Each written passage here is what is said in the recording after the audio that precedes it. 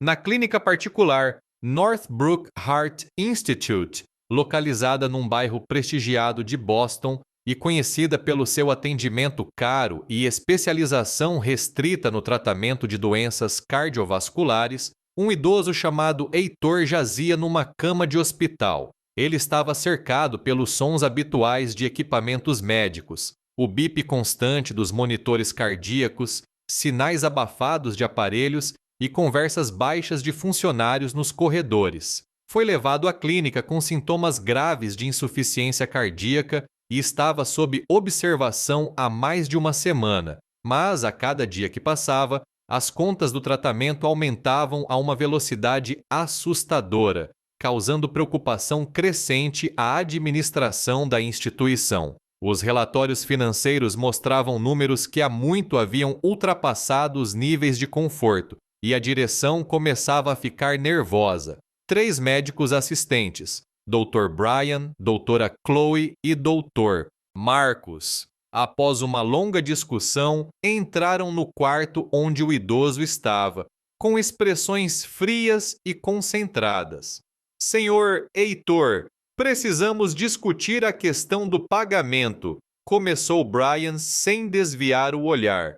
O prazo de que falou expirou, mas o pagamento ainda não chegou. O rosto do idoso tremeu. As rugas na sua testa tornaram-se mais profundas e os seus lábios tremeram levemente antes de responder baixinho. Eu entendo mesmo. Mas já vos disse, o meu filho vai pagar tudo. Ele está apenas ocupado no trabalho agora, mas virá com certeza. Chloe, que era a mais impaciente do trio, cruzou os braços sobre o peito e disse friamente: entendemos que as situações podem ser difíceis, mas a clínica é um negócio e outros pacientes também precisam de tratamento, especialmente aqueles que podem pagar por ele. Eu só peço mais um pouco de tempo, implorou Heitor. Apenas uma semana, e tenho certeza de que até lá tudo estará resolvido. Os médicos trocaram olhares céticos e, após uma curta pausa, Marcos, que até então permanecera em silêncio, disse: tudo bem, damos-lhe uma semana adicional, mas se o pagamento não for feito, teremos de tomar medidas sérias. O idoso acenou com a cabeça, sentindo uma mistura de alívio e ansiedade, enquanto os médicos saíam do quarto mantendo uma expressão de descontentamento e dúvida, pois cada dia que este paciente permanecia significava para eles a perda de fundos significativos e possíveis bônus. O próprio Heitor ficou sozinho, mergulhado em pensamentos pesados e na esperança de que o seu filho finalmente aparecesse. A semana seguinte arrastou-se dolorosamente devagar e tornou-se uma verdadeira provação para ele, enquanto os médicos ficavam cada vez mais irritados com a situação. Eles lembravam-se do dia da sua admissão. Ele chegou sozinho, com roupas velhas e gastas, com uma bolsa puída nas mãos, e já então a sua aparência despertou dúvidas na equipa. Tem certeza de que devemos ajudar este homem? Sussurrou uma das enfermeiras para Brian. Ele não parece nada com o paciente típico da nossa clínica. Brian respondeu então: não podemos simplesmente ignorá-lo. Se isso se tornar público, afetará a nossa reputação. Desde o início, Heitor repetia a mesma frase: o meu filho pagará o tratamento. Mas com o passar do tempo, a paciência dos médicos começou a esgotar-se. Estamos a perder dinheiro por ele estar aqui, disse Marcos numa reunião. E Chloe acrescentou: ele está apenas a mentir-nos. Nesse momento, Brian teve a ideia de realizar uma pequena investigação. Pegou num tablet e começou a procurar informações sobre o paciente em fontes abertas e redes sociais. E após alguns minutos ficou óbvio que Heitor não tinha filhos registrados. Ele está a mentir, disse Brian irritado, atirando o tablet sobre a mesa. Os outros médicos entreolharam-se agora com a certeza de que tinham razão. Na manhã seguinte, entraram no quarto com rostos ainda mais frios. Heitor tentou cumprimentar, mas foi imediatamente interrompido. Tem um dia para pagar totalmente o tratamento que recebeu aqui. Caso contrário, seremos obrigados a contactar a polícia e denunciá-lo por fraude, disse Brian rudemente, olhando-o diretamente nos olhos. O rosto do idoso empalideceu, os seus olhos encheram-se de lágrimas e ele respondeu com voz trêmula: "Mas eu não minto, eu tenho um filho, ele virá com certeza." A sua fala era lenta e confusa, o que irritou ainda mais os médicos que, não querendo continuar a conversa, saíram do quarto deixando-o num silêncio pesado. Chegou o dia seguinte e, como esperado, nenhum pagamento foi recebido. A paciência dos médicos esgotou-se finalmente e eles chamaram o serviço de segurança. Os seguranças entraram no quarto e, sem dizer uma palavra, agarraram o idoso pelos braços.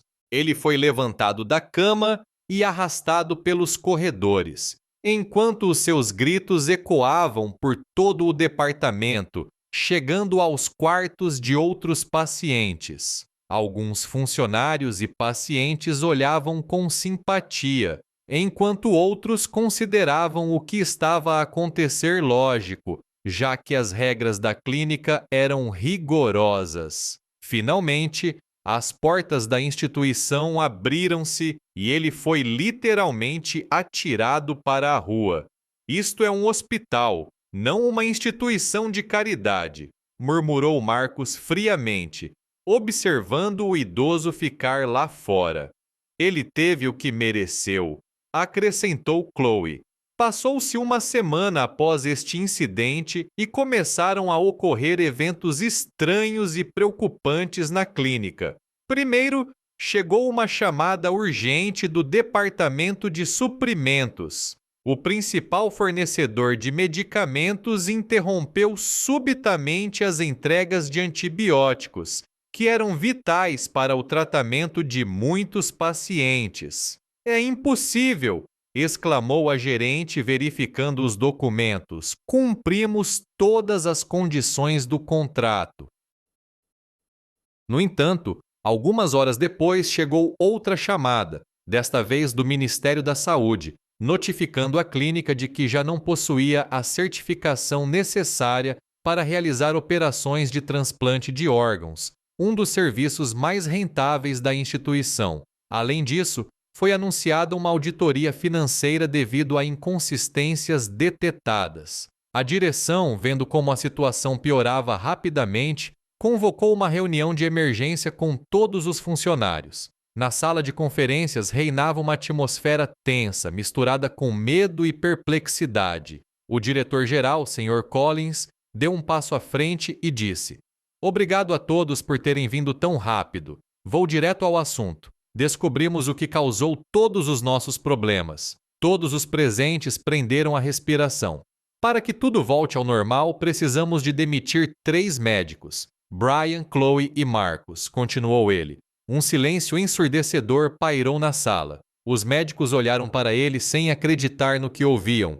"Isto não é apenas uma recomendação. É uma condição obrigatória relacionada com a violação de normas éticas em relação a um paciente chamado Heitor Salvador", acrescentou ele.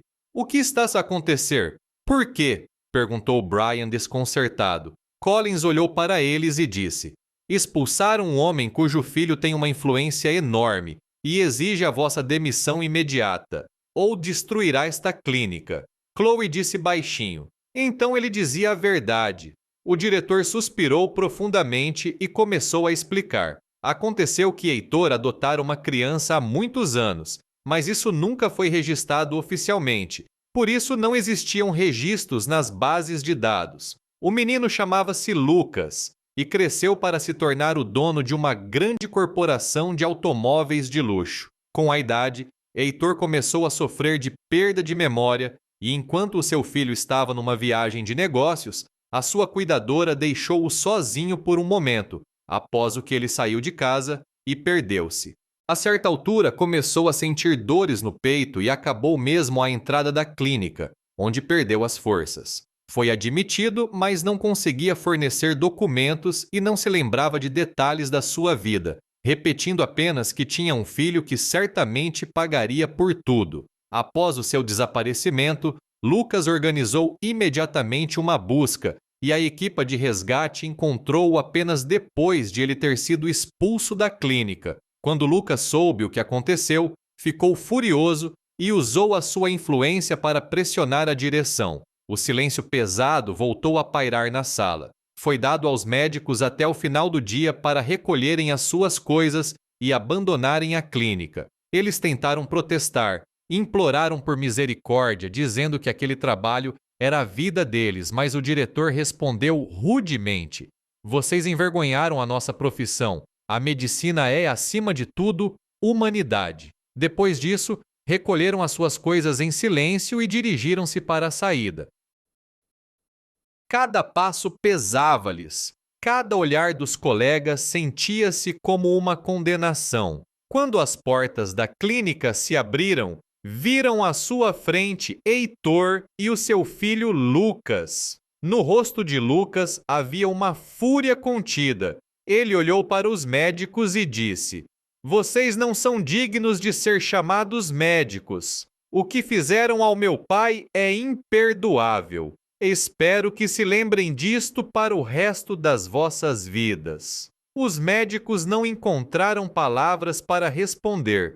As suas cabeças estavam baixas e os seus corações cheios de um pesado sentimento de culpa, e partiram em silêncio, cada um mergulhado em pensamentos cheios de vergonha e arrependimento.